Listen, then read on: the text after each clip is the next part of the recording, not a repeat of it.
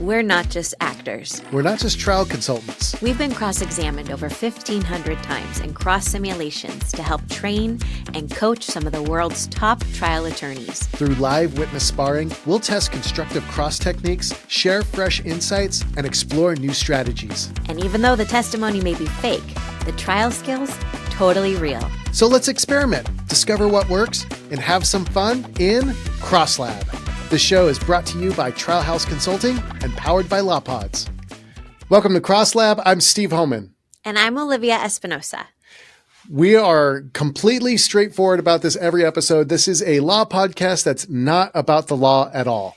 No, we are not lawyers. We are actors, and we do witness simulations. And so we're going to focus on the storytelling, and we're going to let attorneys know how they make us feel as a witness and how they make their fact finder feel. And we're going to focus on what we call a yes and cross.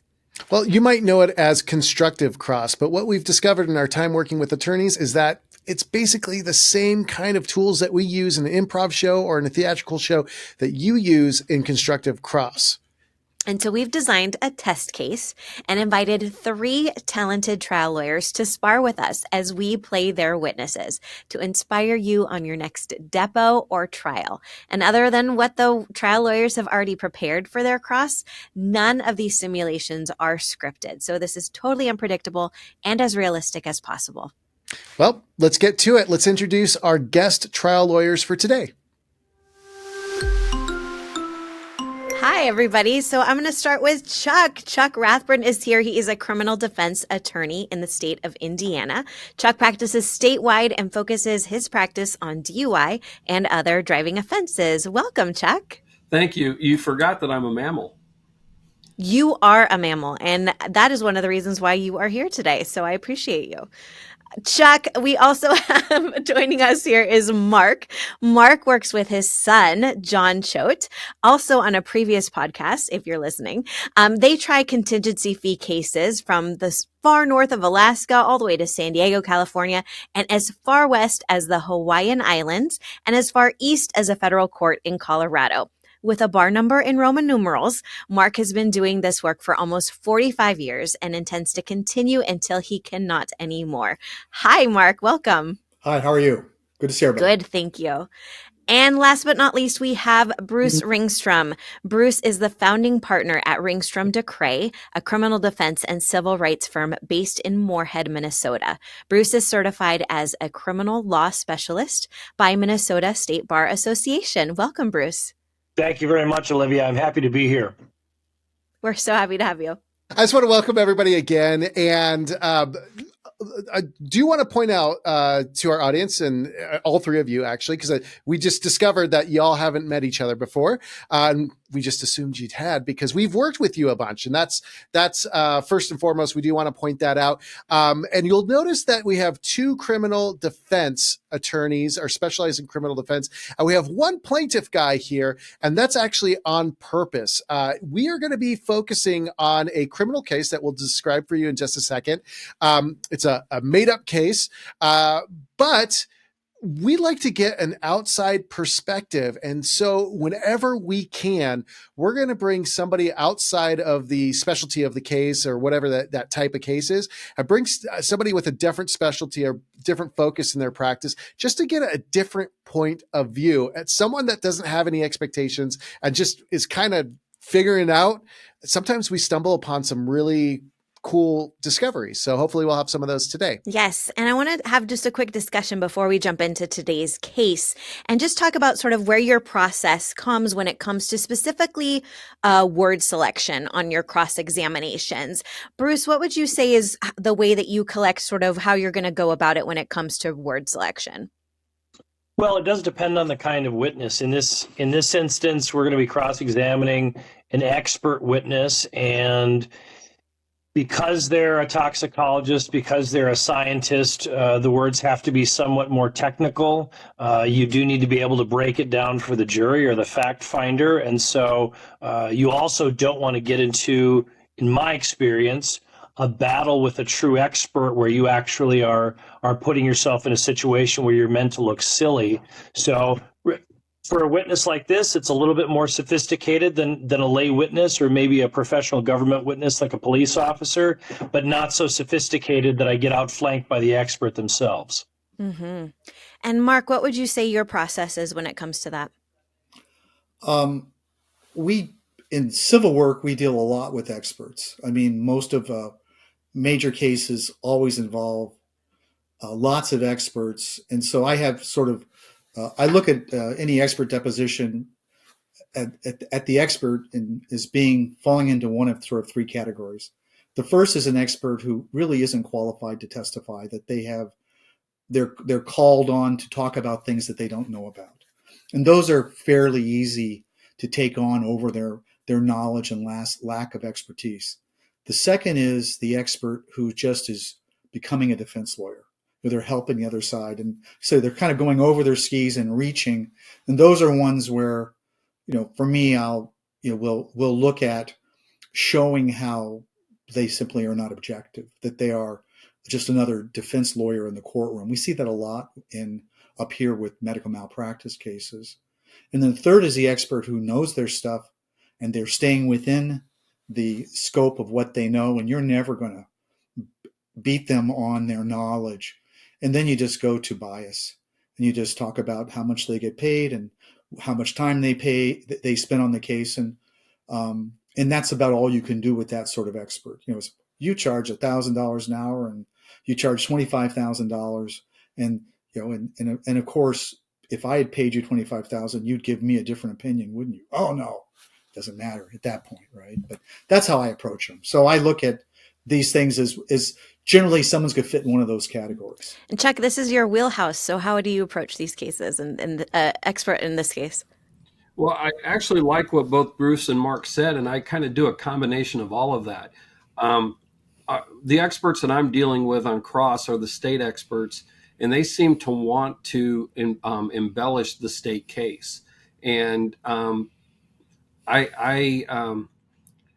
like that because I see the same experts over and over again that work for the state lab. So it's not like, Mark might see a different expert because he's dealing with different defense attorneys. And so they've got their witness that they want to come in. So he doesn't have a familiarity with them. But they know that I know the subject. They know that I know the terminology. They know that I know the right way and the wrong way to do these things. And so they are a little more guarded when I ask questions, and they know not to embellish their testimony because I can make them look foolish. And so the last thing they want is to look foolish. And the last thing I want is for them to get into a fight with me, because I don't think you ever win a fight as a defense attorney with the state witness unless you get them to just at some point, like you see on TV or movies sometime, where they say, okay, yeah, I made it all up. You're never going to get that in a courtroom. I've never seen it anywhere but on motion pictures or whatnot. So when I'm preparing my cross, I'm using the language that is familiar with them, and I'm using it in a way that they know that I know what I'm talking about, and they can't play games with me. They did that with me early in my career, but as I've learned more, it's not happening. In fact, I've had a couple prosecutors file motions to say that I can't say I'm an expert. And I told them, I said, Judge, you're the only one that can tell if I'm an expert, and I'm not testifying. So I don't know where that even comes from. But it scares them, the knowledge that I have, and they don't know how to deal with it. Chuck, are you mostly doing bench trials or is it jury trials? I don't do bench trials. Almost 99% of the judges are former prosecutors. 99% of those judges who are former prosecutors are going to try to help the state prove their case, because you don't get reelected having the appearance of being lenient or soft on DUI. And so I would rather have 6 or 12 people from the community listening to the facts and, trying the case that way. But there just hasn't been a time where I've been comfortable saying I'll let a judge decide. Even the defense attorneys who go to the bench, they like to bend over backwards to show that they are now, not on the defense side, that they're, pro-government, pro-law enforcement, all that BS. Mm-hmm. How do you go about, since we were talking about word choice and with your expertise, do you ever worry or did you have to figure out how to thread that needle so you're not talking over the heads of your jury members, and you could still make it really accessible? What was that process like, or how do you deal with that? I'm still learning, because the last couple trials I've had where I've lost, the jury comes up and talks to me, and they're talking all about this reasonable doubt. Well, this, didn't really happen. This didn't really happen. And I'm like sitting there trying not to scream at them, but that's reasonable doubt. That's why you should have voted not guilty. And I have determined that perhaps I am talking over their heads a little bit. And so where my brain is right now is I need to talk to them both from the scientific standpoint, but also break it down for them so that they can get where I'm coming from. And, when I think that's more closing argument than cross-examination.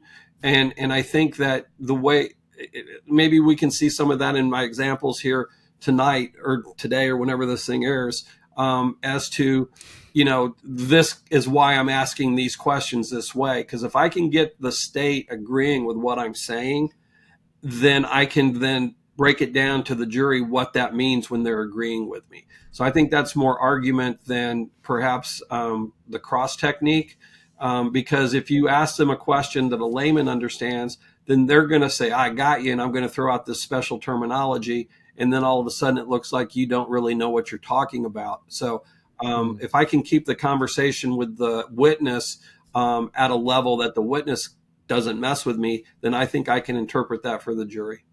Great. Well, thank you all for sharing that. I feel great already just starting out that way. That was really fun to listen to all your different approaches and see how they kind of match, or they meld together. But we have a mock case to look at today, and Olivia playing our witness today. So let's learn a little bit more about our mock case. This is the case of the state of Washington versus Oscar Phillips. Oscar Phillips, a 36-year-old medical device salesman, was arrested for a DUI after being pulled over for speeding in Spokane, Washington. Officer Chet Bowers noted signs of impairment, and Mr. Phillips admitted to consuming a couple of beers several hours prior. A blood test revealed a BAC of 0.14 above the legal limit of 0.08. The defense challenges the validity of the test, citing issues with the blood draw procedure, including improper cleaning of the site and incorrect handling of the sample. The state's expert witness, Dr. Charlotte Ebers, will defend accuracy of the BAC result despite these procedural errors. I'm gonna pretty much stick with the blood draw and that kind of thing. I'm not going to really go into detail about gas chromatography or the storage or accessioning or any of that stuff. I'm going to basically stick primarily with just the blood collection. And by doing that, that'll keep me within 10 minutes. And then, certainly what we're going to do here would not be my total cross-examination of this witness. All right, Chuck, the witness is yours. Dr. Ebers, it's fair to say that you're a woman of science, is it not? I would say so, yes.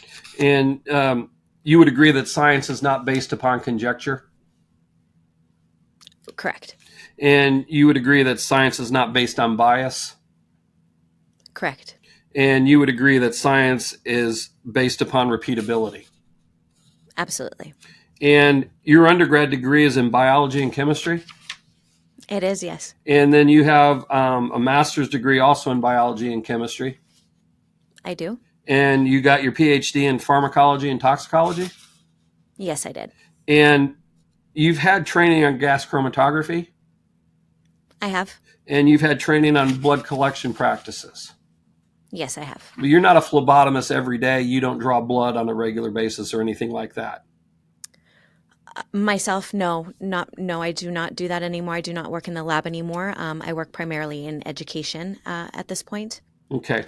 And so are you familiar with the term validation? Yes. And validation is the action of checking or proving the validity or accuracy of something. Is that a good definition? Let me ask that question again. I'm sorry, I said it really bad, and I apologize.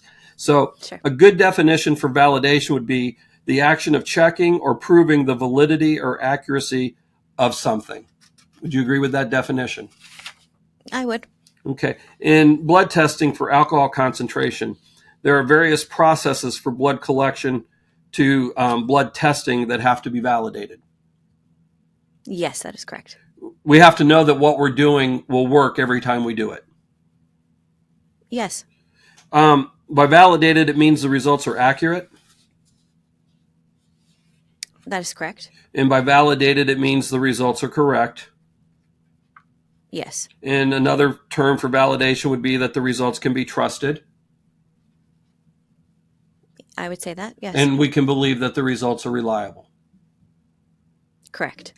And one of those processes for validation is the equipment needing for collecting blood. That's true. And one of those processes is the transportation of those samples once they're collected. Correct. And then how those samples are put into what they call a sessioning for testing. Yes. And another process would be running them through a gas chromatograph to test that. Yes. If the proper procedures for collecting blood are not followed, those results would be compromised. They can be, yes. I guess it depends on which part you're speaking of. And by compromise, it means the results could be inaccurate? It can be. Again, it depends on which part of the process you're talking about. Sure. But they could be inaccurate. It could happen, yes. And by being inaccurate, that also means that they could be wrong. Yes, I suppose so. It means the results couldn't be trusted. Correct. Again, And it means that the results are generally, unreliable. but I'm sorry, ma'am, I didn't hear what you said. I think you're speaking generally, but in specifics, it just depends. Again. Sure, but if they're contaminated, that those results would be unreliable. Yes, correct. Okay. Are you familiar with the term contaminated? Yes, I am. Would you agree that contamination means the action or state of making or being made impure by polluting or poisoning a sample? That would be a contamination definition? Yes. And items can be contaminated in many ways. Isn't that correct? That is true. It could be because you didn't keep the equipment sterile. It could be, yes. It could be that you used the wrong method of preparing the site for collection. Perhaps, yes. It could be that when one is testing for alcohol, using alcohol to clean the site could be a problem. Can you repeat that question? Yeah, sure. When you clean the site for collecting blood, if you're testing for alcohol and you clean the site with alcohol, that could compromise the result. Would you agree? No. You don't think cleaning the site with alcohol would not compromise the sample? Alcohol dries very quickly. So if an alcohol swab was used and the proper amount of time was taken for that alcohol to dry, which in the video of this particular case, it looks like enough time passed for that alcohol to dry. So I disagree with you. Well, you say it looks like the alcohol would have dried, but you don't know that. No, it's the amount of time. Alcohol dries relatively quickly. I understand, but time is relative. It's not the same for every time you swab an arm, is it? It certainly depends, but in this case, from what I can see, enough time has passed for the technician to go ahead and draw blood. But you're making the assumption that enough time has passed. We weren't there, so you're making an assumption as well. I can go off of the video and what I saw. Well, I'm not making any assumptions. I'm asking questions about it. You don't know how full of alcohol the swab was that she cleaned the arm with. I do not, but as I mentioned, and if you put more alcohol on, it will take longer for it to dry, would it not? Sure, but it is so minute. If that was to at all enter into any factor here, it is so minute it would not cause that blood alcohol content to rise so high. Okay, so minute, when we're talking about a 0.12 percent alcohol concentration, what is that in a decimal that's not a percentage? I'm not sure I know what you're asking. Well, 0.12 is the percent alcohol that's alleged in this case. You agree with that? I have that it was 0.1. I have that. I do not have that particular number. I Okay. apologize. Well, let's I have just, that. for the sake of argument, if it's a 0.12, Okay. that means, and that's a percentage. With a percentage, then you move the decimal 2 points to the left, correct? Sure. So a 0.12% would actually be a 0.0012. Yes. So the first decimal is tenths, the second decimal is hundredths, the third decimal place is thousandths, and the fourth decimal point is 12 thousandths. So we've got 10 thousandths of grams of alcohol that is being reported. So a little bit could make that number go up. It could, but I think that the probability of that is so, it's not even an issue here. Okay. So you said you were a phlebotomist and you have drawn blood. Yes. And you're aware that there's a process for drawing blood in an alcohol testing case. That is correct. And based upon what you saw, this person did not follow those proper procedures. I'm sorry, let me rephrase the question. Based upon the video that you saw, the person drawing the blood did not follow proper procedures. I disagree. Well, was she wearing gloves? She was not. So by not wearing gloves, she was gloves, contaminating it with her physical hands. The gloves are a precaution for the phlebotomist, not for the patient or the test itself. Precaution for the phlebotomist so that they don't stick themselves and get blood into them. But you would agree that your hands will contaminate the site.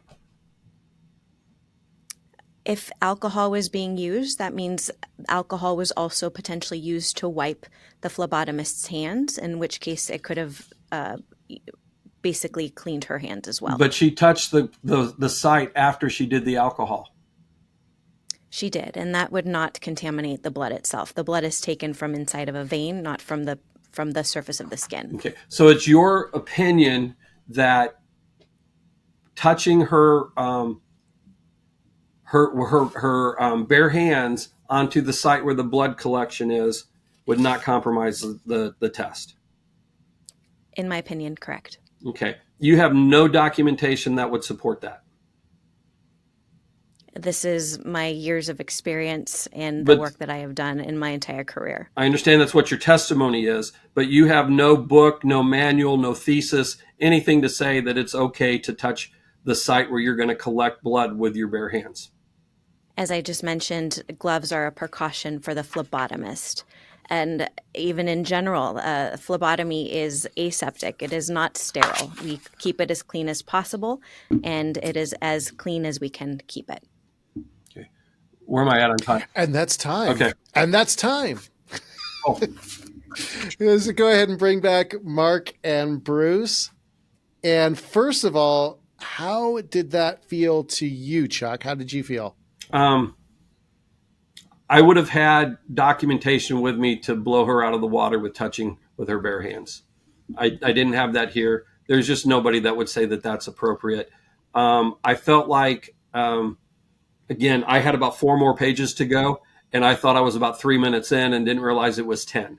So I felt like at one point I got a little combative with her, and I don't know how that would play because it could come across with me being a bully. But because I know Olivia and she knows I'm not a bully, I felt I could go a little bit further. But I think that was something that potentially could have been an issue. Yeah, from what I saw, I mean, you absolutely know this material. You were like a technician, just plodding through the material first of all, I mean, we're going back to, since we talk about constructive cross, or you were just right on with one fact at a time, leading questions only, and just continually plotting forward. And like you said, if you had more time, we could have got even better stuff. The things that I did see, and we're talking about that combative part, you know, beyond the combative part, if you let her talk, I mean, you did talk over her, so I don't know if you might have gotten like, hey, you got to let the witness talk, or how that would play in your courtroom, or if the jury would think that you're trying to bully her. But beyond that, she could have offered you gifts that you could loop and use on her too. So, you know, there's that side of it as well, that that's not necessarily a bad thing for her to volunteer more. It could be a great opportunity. And then the other, you know, we were talking about the word choice. I loved how you defined everything. Anything that was technical in nature, you had it defined, and you got her to agree to it. I just want to throw it out. Like, what do you think about if you did like went one bit further for the jury and did like definition for dummies? I don't know if that would, you know, bridge that gap that we were talking about as far as going from the technical to the layman's ear. But you're so just absolutely in control the whole time. But I want to bring it over to Olivia. Olivia, how did that feel to you?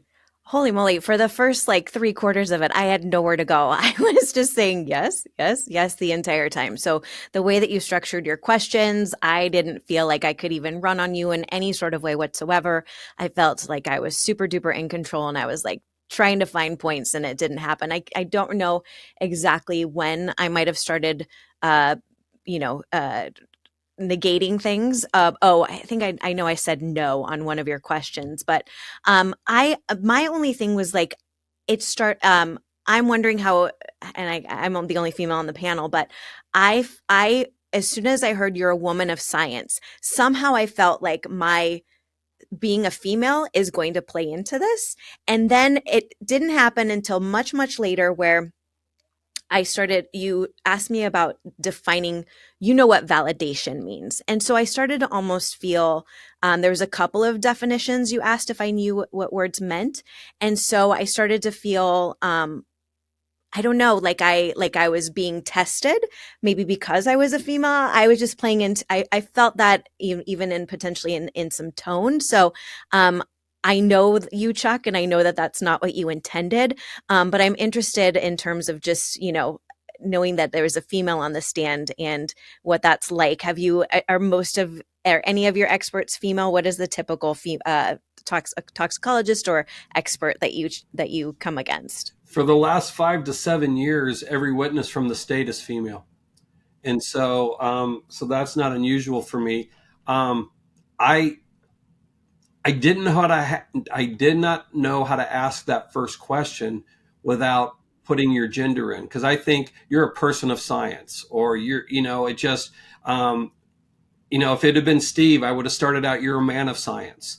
And it wasn't that I was, as a woman, you don't have the mental capacity to do this job. It was just, you're a woman, you know, and so maybe that is something I need to think about in the future. But I just, it didn't matter to me whether it was you or Steve. I was going to ask the same damn question. Yes. And so it wasn't, but by the same token, I'm a man. I've never been discriminated on. I've never been treated as, you know, not being capable because of my gender. And, you know, perhaps people in the jury would not have liked that. And they would have thought, you know, again, when we kind of got a little combative, it's like, man, I don't want to be that bully, you know, and I gotta, I've got to call you out for where I think you're making shit up. But by the same token, I have to do it in a respectful manner until, you know, unless you call me an asshole or something like that, where I then can come after you, you know, because there's been a couple times where I've had police officers who I know were going to get combative with me and be real jerks. And so in voir dire, I asked the jury, hey, if the officer treats me inappropriately, do I have the right to respond? And I'll get them to say, yeah, absolutely. We treat people with respect. And so once there was this one case I was doing where the cop really kind of started treating me like a dick, and I looked over at the jury and three of them nodded their heads like, get him, and so that's, I don't know if that helps with what you were asking, but it's certainly what my mindset is. Yeah.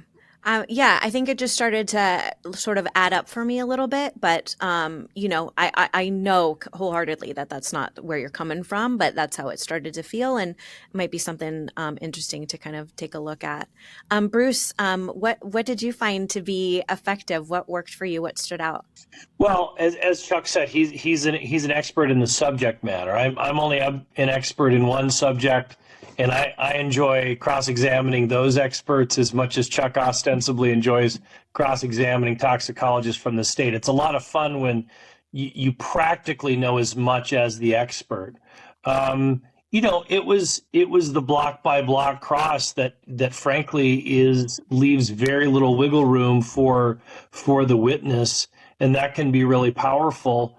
I was a little envious because it's not a body of knowledge that I use. I don't try DUIs much anymore, but I liked the shape of it, and I had the same question about the whether there was any gender embedded in the questions. When I cross-examine toxicologists or other forensic scientists, I put scientists in quote from the state, the vast majority of them are female, and I scrupulously avoid making any reference to their gender. I think, it's almost like I'm saying that anyone is capable of being a scientist when I pretend like it doesn't exist. It doesn't matter. But yeah, it was a powerful cross, and it sort of eliminated one of the interesting chapters I was going to work on here. So I'll have to get creative.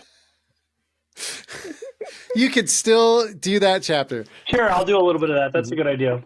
Mark, what stood out to you? What was effective? What did you notice? I'm a really fast cross-examiner in the sense that I don't think juries have a lot of attention span, and I do lots of depositions, like I think 100 to 130 a year, but they last an hour, and I use them at trial. We can use any deposition at trial here, so every depo I do is almost all by Zoom, all videoed. I think that I would have redone the beginning to simply say you're a scientist, because that doesn't have to be woman or man.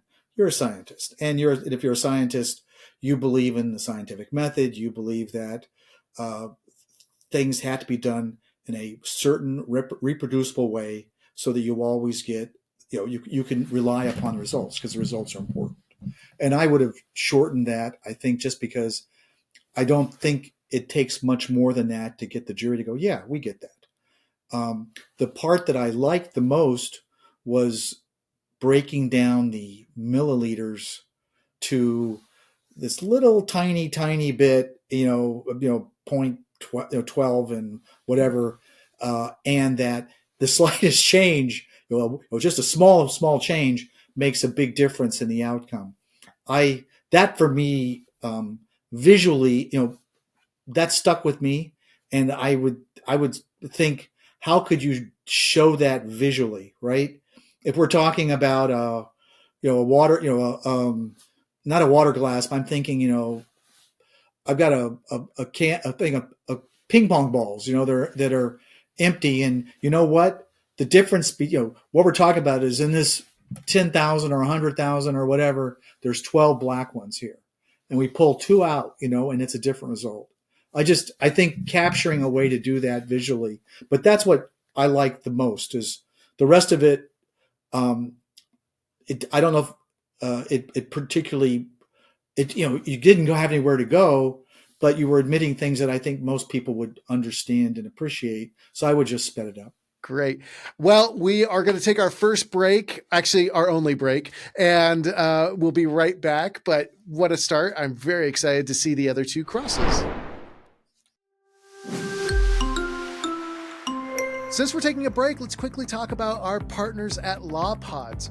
A lot of people think that that's the company that just produces the podcast for TLU or Trial Lawyer Nation, but actually what they mostly do is work with lawyers just like you to reach non-lawyers, aka potential clients. Yeah, podcasts let your audience get to know and trust you. And Robert Ingalls and his team make podcasting easy. With over 100 million people expected to listen to podcasts this year, there's never been a more effective way to market your practice. To get more information, visit lawpods.com. That's LAWPODS.com. Tell them we sent you. There's no one way to cross a witness, and so we're going to get your version of it right now, Mark. But before we do that, do you have any questions, or do you want to set it up in any way before you start crossing our Dr. Ebers or Ebers? Nope. Okay. Ready to go? Great. So let's go ahead, and the witness is yours, Mark. Good afternoon, Dr. Ebers. Good afternoon. My understanding is you're a toxicologist? I am. I'm a forensic toxicologist. Okay. And you're providing testimony here on behalf of the state? That's correct. Okay. And did you review the police report in this case? I did. Okay. Now, as you understand that my client has been charged with driving while intoxicated, correct? Yes. And you understand that there are three basic ways that you can get evidence about whether someone's intoxicated, correct? That's correct. Mm-hmm. First, you can look at their driving. Yes. Right. And if the driving's impaired, that would, if they demonstrate impaired driving, that would show, that could indicate the person has too much alcohol on board, right? Yes. And per the police report that I reviewed, that is what happened here. Okay. And the police report says the individual is driving 5 miles over the hour. That's correct. Over the speed limit. Over the speed limit, yes. Right. So are you saying that driving 5 miles faster than speed limit would indicate that someone might be intoxicated? Well, it certainly depends on the conditions. I am not a police officer, so I can't attest to why any other reasons that he was being pulled over. But certainly I'm thankful that he was. For driving 5 miles over the speed limit? For being intoxicated while driving. Okay. Well, let's just say you would agree with me that driving 5 miles over the speed limit would not be a sign of intoxication, is it? Again, I'm not a police officer. I don't know the rules of the road in that way. Okay. The second way that we could tell if someone was impaired would be by what's called a field sobriety testing. Yes. Okay, and that's where the officer actually has the person get out of the vehicle. They have them walk a line, right? Yeah, yes. They may have them recite the alphabet forward and backwards. They could, yes. They may do some testing where they bring the hands to the nose, that sort of thing, right? Correct. None of that was done here, was it?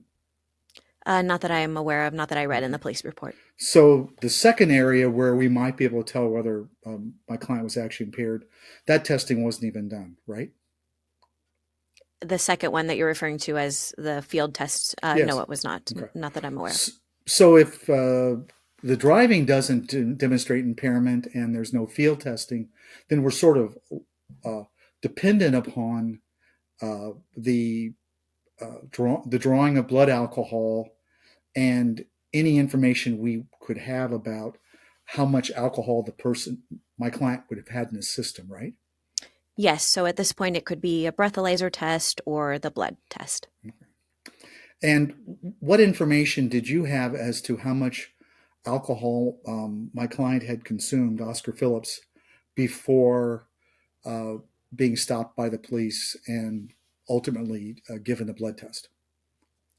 I reviewed that there was a receipt from, I believe it was Buffalo Wild Wings of 4 Miller Lights. Okay. So we have 4 Miller Lights, and how much did Mr. Phillips weigh? I will have to double check my my notes. I don't have that right offhand here. Okay. Well, let me just say, do you recall? Let me refresh your recollection. Yes. The report says 185 pounds. Do you have any reason to disagree with that? No, not at all. Okay. So he drank 4 Miller Lights. He weighed 185 pounds, and he said that he had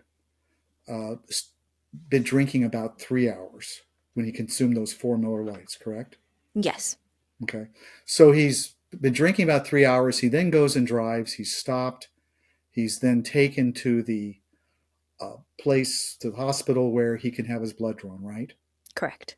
You agree that was about another hour between the time that he was first stopped and the time he finally had his blood test taken? In terms of the actual time, no, I'm not. I'm not aware of how long it took. Okay. Well, we know that he had been drinking over 3 hours, and there was some time between the time that he was initially stopped, the time his blood alcohol was taken, right? Yes, that's correct. Okay. So let's say 3.5, 4 hours. Sure. Okay.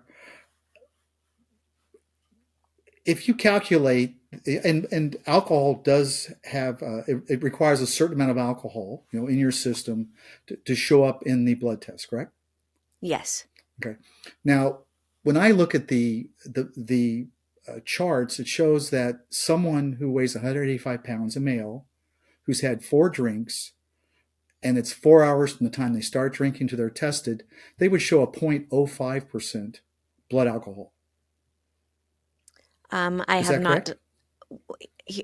I have not done. I would need a second to do that because the problem is that although he has a receipt with 4 beers, he certainly did not have to have only 4 beers. If he was there with friends, his friends could have given him beers, and he could have drank far more than that to begin with. But you're just speculating, right? You don't have any information to that effect. Compared to basically what we see as his blood alcohol content, which is relatively high, it is very possible that he had more than 4. Or it's also possible that the blood alcohol testing was inaccurate, right? I would not say that. No, Okay. it's. I also know that he is a casual drinker, and alcohol does take longer to metabolize at slower rates, and so the blood alcohol content of 0.14 aligns with that type of drinker. Well, for him to have a 0.14, having drunk, let's say with 3 hours before the time he was stopped by the police, or roughly that time period, another 30 or 40 minutes to get the blood test taken, he would have had to have twice as much alcohol, right? He'd had to have 8 drinks. Sure. Yeah. Okay. And to have 8 drinks, he would have been markedly impaired, right? Enough for a police officer to pull him over, which is what happened in this case. Well, what is there about driving 5 miles over the speed limit that would indicate that someone's markedly impaired? Again, I wasn't there. I'm not a Okay. police officer, so he could have very well been swerving. There's other indications. But that's not in the report, is it? No. Okay. Doesn't say he was swerving, doesn't say he was driving erratically. It doesn't indicate that there's any good reason for stopping him other than driving 5 miles over the speed limit, correct? I would disagree. I'm very glad as a driver on the road, as someone who has a child who just started to drive, I'm glad that a drunk driver was taken off of the road. Okay. Well, you're saying he's drunk, but there's in fact nothing in his driving that showed he was impaired, right? His blood alcohol content shows that he was impaired. Now, the blood alcohol content would reflect that he somehow was, even though he says he drank 3 or 4 beers, and that's what's reflected in the receipt, that's inaccurate, right? I'm That sorry, he can you had more repeat? alcohol than that. He drank twice as many beers as you said, It's as possible. as he said. It's possible, and as I mentioned, because he's a casual drinker, it does take longer for alcohol to metabolize. What do you mean by casual drinker? Someone who's an alcoholic who drinks alcohol regularly, they're it takes a quicker amount of time for their body to metabolize alcohol So because their you're body is essentially used to it. so you're saying this man who admitted that he had 4 beers, showed a receipt for it, was driving 5 miles over the speed limit, had no field sobriety testing, but because of your one blood test, you're saying this man is an alcoholic? No, I'm saying he's a casual drinker. I was comparing him to people who drink alcohol regularly. As a casual drinker, which which I'm stating that he potentially is. That's why the alcohol took longer amount of time to metabolize in his body, in his system. And what's your basis for saying that he's a casual drinker? Oh, well, he could have had shots. He could have had beers. He could very well be an alcoholic. Okay. So, doctor, on the basis that this man, on the basis of your blood test, even though there's no other evidence of him being impaired or drinking more than 4 beers, your conclusion is that he is most likely an alcoholic. No, I didn't say that, sir. I did not say that. You said that. I said he was a casual drinker, in which case it takes longer for alcohol to metabolize in his system. Okay. And doctor, your blood testing that you're relying upon, that assumes that it's done in a scientific way, right? Sure. Following a protocol. Oh, Yes, it was following going to protocol. get good. That was going to get good. Well, that's it. I was Nice. I didn't want to go to that part, but she was fighting with me enough. That's where I was going to have to go to next. Oh, yeah. That was fun to watch. Very entertaining. How did that feel to you, Mark? I don't think the jury would like that at all. You know, I mean, you're saying someone's an alcoholic for driving 5 miles over the speed limit and having 4 beers. I'm going, hey, that's me. I don't drive with 4 beers, but I don't think that makes you an alcoholic. No, definitely not. Or a casual drink, or a casual drinker. Yeah, that's us. Yeah. What I liked is that you took from what we saw on the police report and the evidence that was on there, you brought it down to the importance of the blood test. And so I liked how you did that. That we kind of eliminated where what we're really relying on was the blood test. That's why I thought you were going to go into the blood test a lot, but then you talked about, we stayed on the street or what was happening on the street a bit. But anyways, I really liked how you kind of funneled it in to the reliance of her. I do say, like, I don't know how much she could speak on what was happening on the street or what other evidence there was, because it's kind of outside of her realm, but challenging her on it was definitely interesting to see, how she would respond to that. The important part was that you were bringing those questions up and putting those into the mind of your fact finders. That's what I was seeing. But what did you think, Olivia?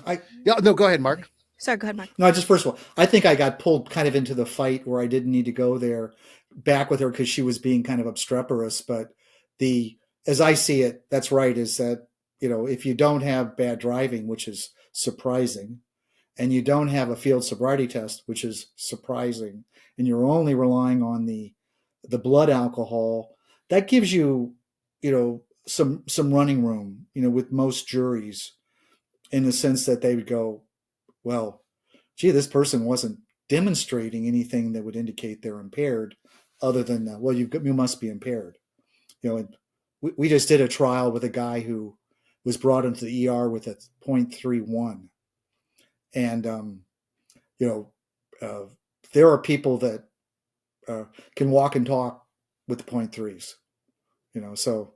I don't know, but that was my thought. Is I would just have gone after the blood testing, but I thought the other places were so ripe for attack, in the sense that, so you drive 5 miles over the speed limit, that must mean you're impaired.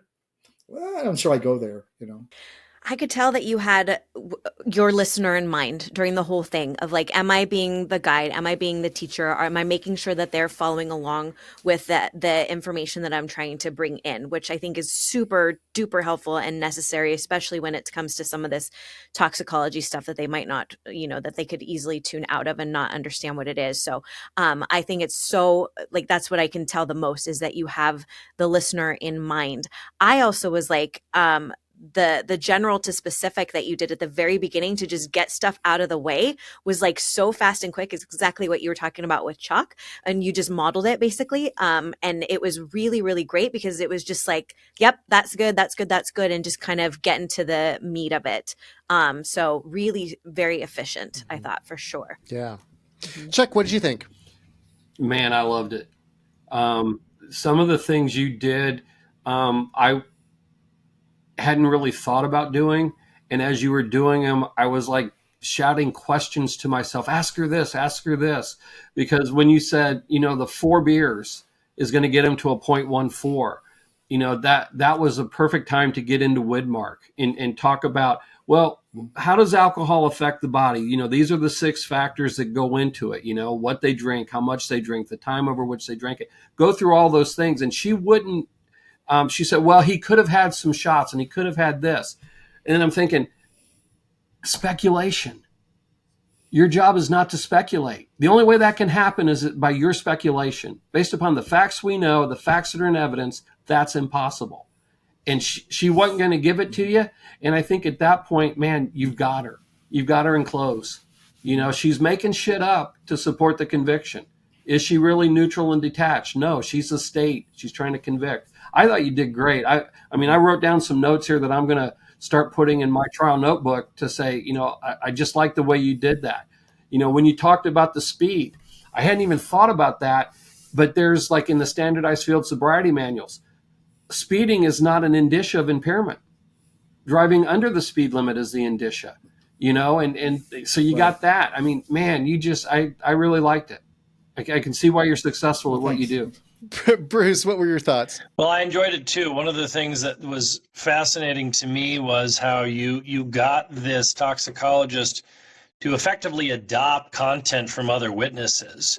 Often I will, if I've tried a criminal case where there is a toxicologist, it can be difficult to get them to talk about other mistakes that other witnesses made. You sort of have to say, assuming that this is true, the officer made a mistake as it related to, preparing the person for the blood draw or something like that, because they may not know. But in this instance, we did have a witness who was prepared to adopt some of that. And so I thought you did a really good job with that. And the other thing, certainly as a plaintiff's lawyer, your job is to build cases.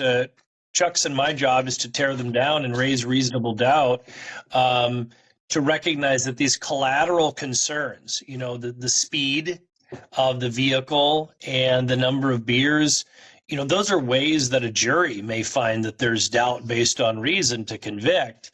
And you're sort of piling that on top of the scientific failures. So I did enjoy it. That's really an interesting insight, just thinking about that as far as, and it's obvious that in the storytelling or the way that you're trying to build your case, where you're trying to, take apart the case of the state or, the prosecutor's case, where a plaintiff's lawyer is trying to build that up and all of the things that led to whatever that injury was. And it's just a fascinating way of thinking about it. I mean, it's obvious, but it's so fun to see that when we take this approach where you get to see somebody that does plaintiff's case and take that different approach.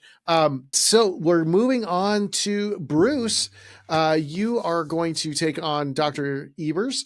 Do you have anything that you want to set up before we have you cross?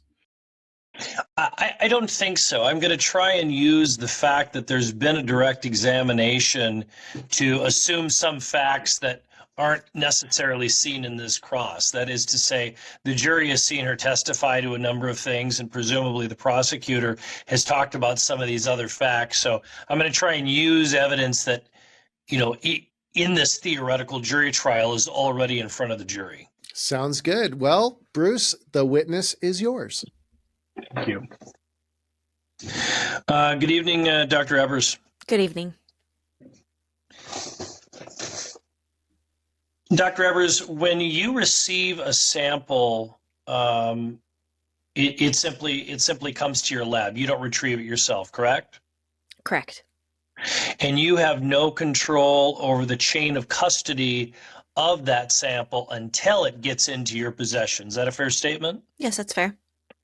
So, not that anyone's claiming it here, but if the sample was adulterated before it got to you, that is something that you would have no control over, correct? Correct. And I want to be clear that Oh. I was not I was not conducting the labs on this in particular case. Very good. So you're simply testifying as to the work that somebody else did, correct? Yes. All right. And in light of that, you don't in fact know what the chain of custody is with this sample because you weren't even the one who conducted the analysis of this sample, correct?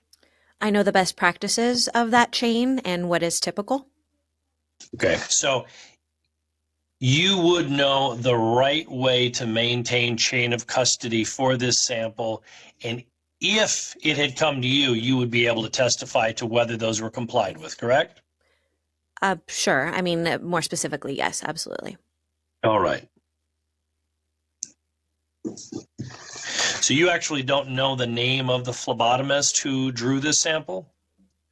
The name, no, I do not. Okay. And you don't know when the sample was transferred to the police department? No, I do not. Again, best practices in this particular case. Right. And you don't know when the sample was transferred to the lab that did the analysis? I know that it was, again, best practices that it's not without, out of the normal range of time. Okay. You know what the best practices are. We've established that. You don't know, based on any personal knowledge, whether best practices were followed in this case. In regards to after it was taken from, I saw the same video that you did. So after Yes. that, no, I do not. All right. Specifically, you don't know whether this sample was refrigerated after it was drawn. I do not. You do know, based on the information that you had reviewed, that the tube within which the sample was placed did not have a preservative in it.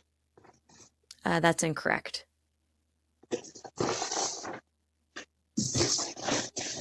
It is incorrect that you don't know, or it's incorrect about whether there was a preservative? It is a gray tube, and it is best practices that the gray tubes have what the preservatives that are needed. Okay. Now, Dr. Evers, I recognize that you were not the witness who testified as to foundation of this sample, but if the evidence custodian testified under oath before your testimony that the blood was collected in a gray-topped tube, which visually resembled the proper collection tube, but lacked the necessary preservatives for ethanol testing, you would have no reason to doubt that testimony. Is that correct? If it's a gray tube, that's all it needs to be to have the proper ingredients in there that we need for this particular test. Once again, if the witness said it lacked the necessary preservatives, given that you had no direct contact with the test, you would have no way to contradict that statement. Is that correct? Correct. All right.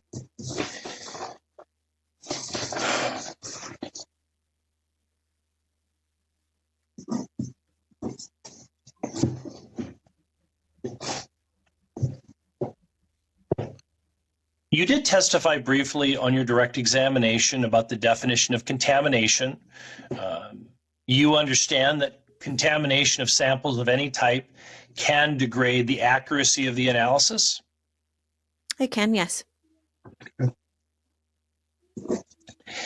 And as you testified as to best practices when blood is drawn for purposes of evaluating blood alcohol content, that the antiseptic betadine is preferable to the use of alcohol for cleansing the draw site, correct?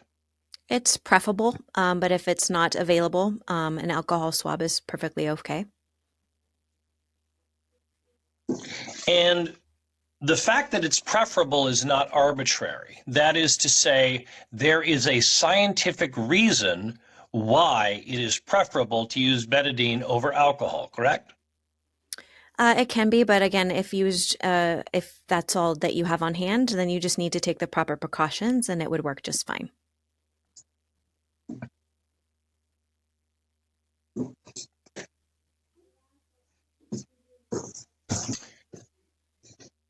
It is a fair statement that if alcohol were introduced into a blood sample, that would affect the final blood alcohol content analysis of that sample.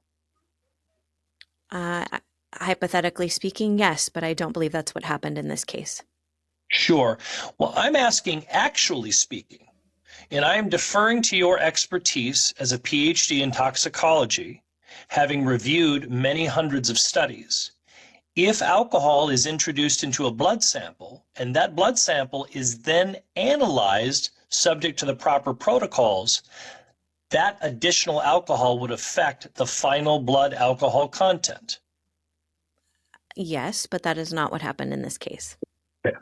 And let's be clear, and you can see to this on direct examination, you can't rule out the possibility that alcohol anywhere else was introduced into it, can you?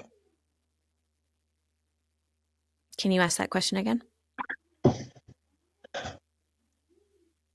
It would be beyond your knowledge in this case. It would be beyond your knowledge of how the world works to conclude that there is 0% chance that alcohol was introduced into this blood sample somewhere along the line. If it was, it would be so minuscule that it would not affect the overall result. In this case, the blood alcohol content was high above the legal limit and far beyond what any small amount of alcohol swab could do.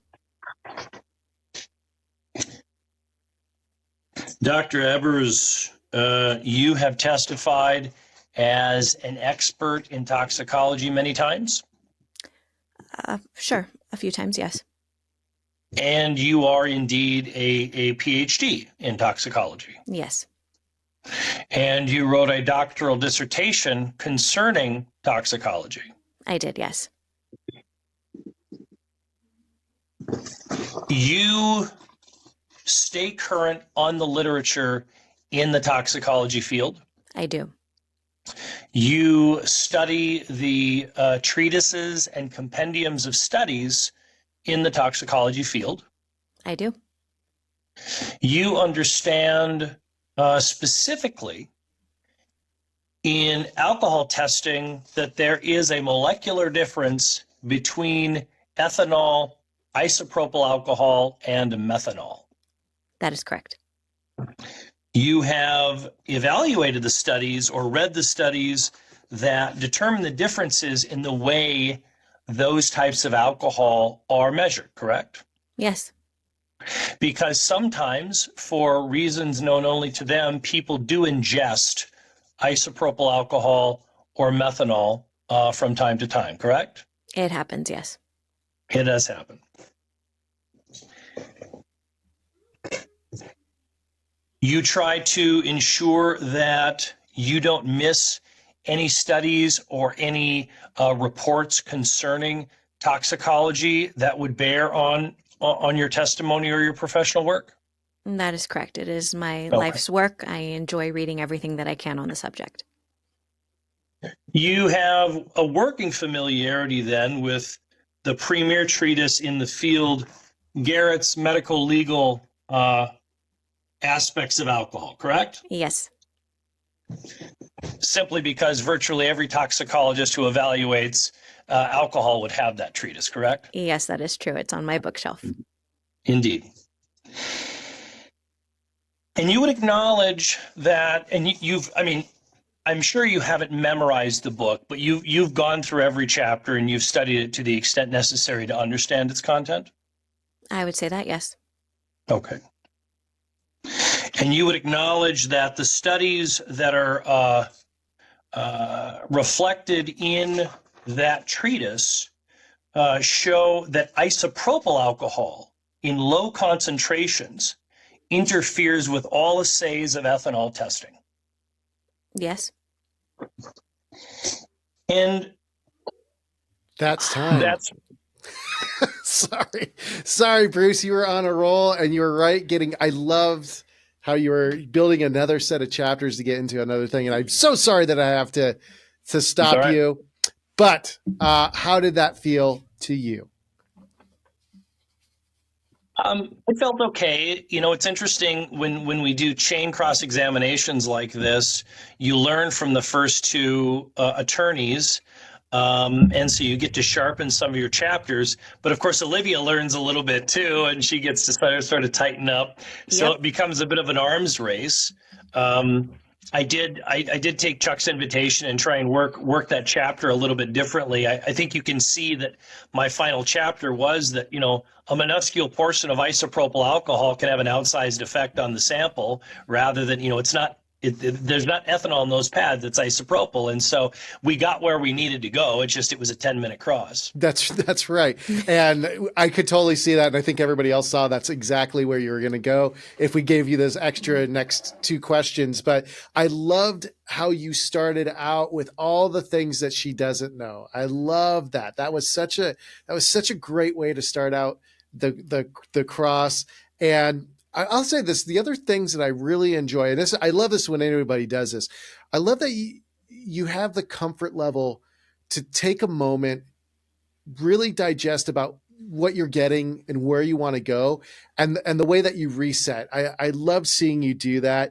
And once again, I've already said it. I love that you went through all of this, the chapters that you did, and then you set up a brand new set of foundations. I know it's because you were like you said, you were learning from your two predecessors, but I love that it was like another. You could just feel that, okay, we established a lot of things. We're going to go into another subject, and it felt separate, but in a good way. It felt like its own thing. We could follow it along. That was really good. Olivia, how did that feel to you? Yeah, I was going to say the same thing, starting with all the things that I don't know. Oh my God. That was just like, it wasn't until like X amount of questions in where it was just like, holy shit, I don't know. What do I know? Right. It starts to make me question it. But I just thought that was super effective because you could combine what you did with what, Mark did. You don't know what it takes to, identify a drunk driver or whatever that means, right? Like you could just flip it and kind of do that same thing of all the things that I don't know. So I thought it was very effective. And when you sort of do that reset, I don't know how it feels on you for the inside, but sometimes that reset feels a lot longer in our minds than it actually takes.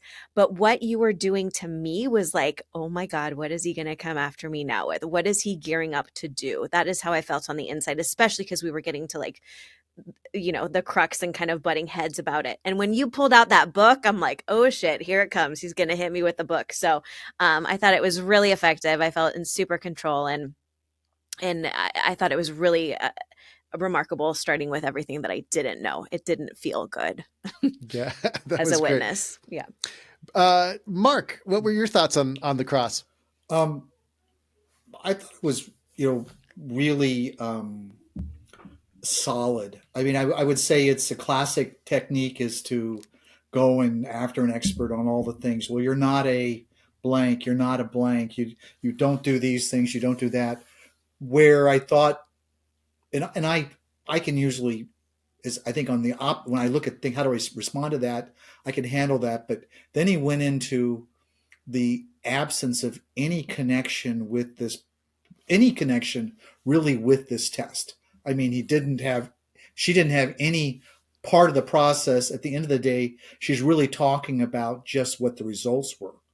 And I thought that was powerful because that sort of removes any kind. I mean, you're only as good as what you get. And since you don't have any control over this, any concerns regarding it, I think that was where I got that aha lightning bolt thing in my head where I said, that is really excellent. The rest, I mean, not that there's anything wrong with the rest of it, but that was very much what you see from skilled lawyers.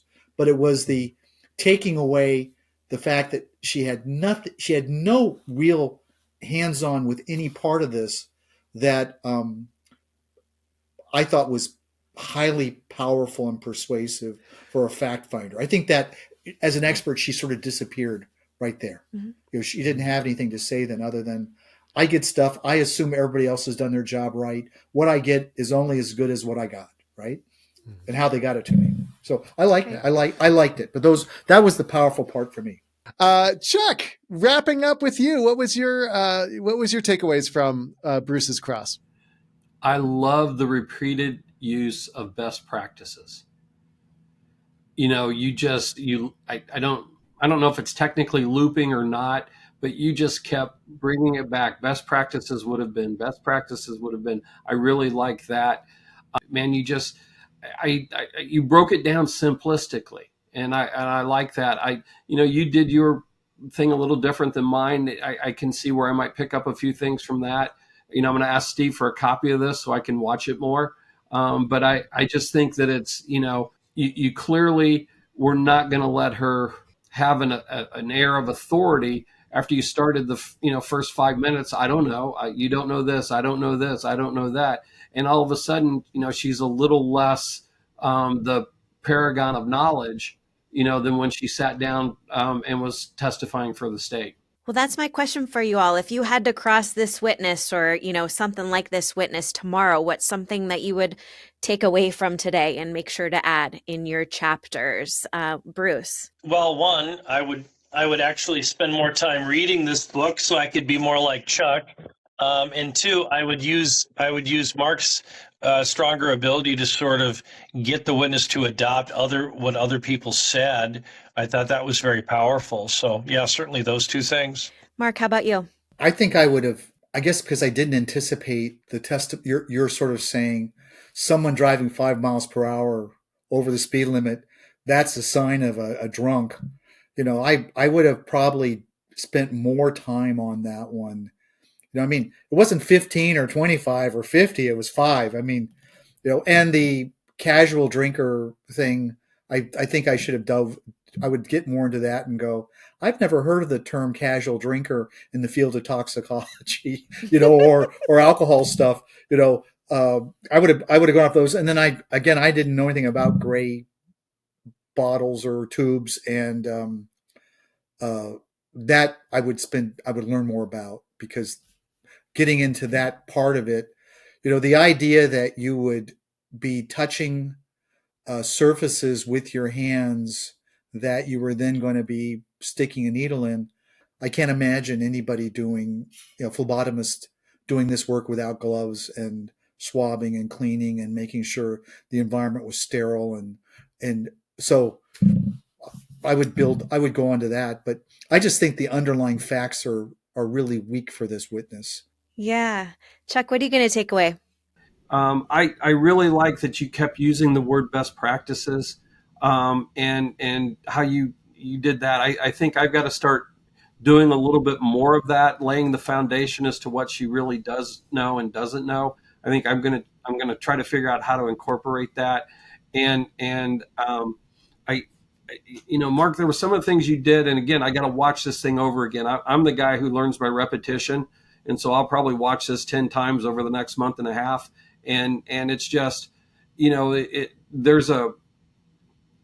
I talk too fast, and I have to make a very concerted effort to slow my ass down in the courtroom, because people don't always hear what I say. And both of you guys had a delivery pattern that I felt was more comfortable than what I'm doing. And maybe it's just, you see something and you about yourself you don't like, and you automatically adopt, somebody who does it the way you want to do it. But I just feel like, that style. And Steve, we've talked about this for as long as you've known me. I got to slow my ass down, slow my mouth down, and get the words out right. I don't want to be like Deputy Dog, but I certainly want to, slow down a little bit. I think what we've noticed too is it comes across, this stuff like the back of your hand. You could do it, in your sleep. And so it's when you talk about talking fast, I think it's more about you are witnessing it on the inside of your brain and you're thinking fast because all of these things and you've seen so much. On the outside, it doesn't sound like you're talking too fast, but I know what you mean in that, because all these things and you're 10 steps ahead. So it might very well feel like that. And just being conscious of the fact that your listener doesn't, right? Especially that you're doing jury trials. And that's where the deliberate slowing down needs to happen, not about the pace of your talk, but about the teaching and, and making sure that they're up to speed in that way, and the information, not in what's coming out of your mouth. Yep. speed-wise. Yeah.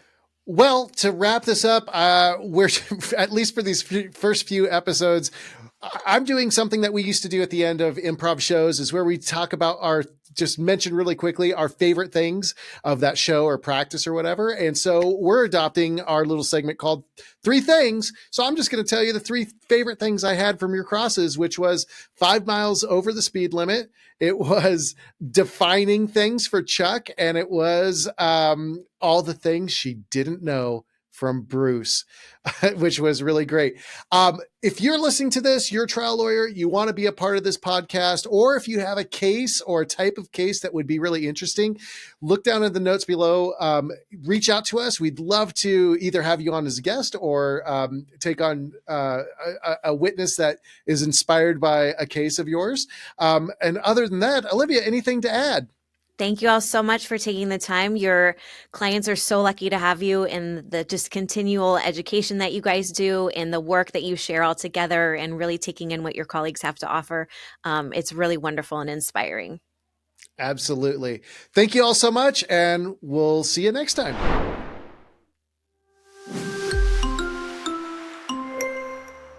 Please like and subscribe to CrossLab wherever you get your podcasts or webcasts. If you really liked this podcast, please write a review. If you didn't, this podcast has been Paul Hollywood's Baker's Podcast. Thank you for listening to CrossLab, a Trial House Consulting production powered by Law Pods. To get free resources for your next trial, go to houseimprov.com, HAUS improv.com. This program is written and produced by Steve Hohman and Olivia Espinosa and edited by Mark Crespo. The discussions and content presented in this podcast are for educational and informational purposes only. They are not a substitute for professional legal advice, guidance, or representation. Participation in this podcast, including cross-examinations and feedback, takes place in a simulated training environment with fictional witnesses and scenarios. Any resemblance to real persons, cases, or events is purely coincidental. The views expressed by the hosts and guests are their own and do not necessarily reflect the opinions of any organization or entities they may be affiliated with. House Team Productions and Law Pods are not responsible for the accuracy, outcomes, or application of any content or strategies discussed during the podcast. If you have any specific legal questions or concerns, we encourage you to consult with a licensed attorney in your jurisdiction.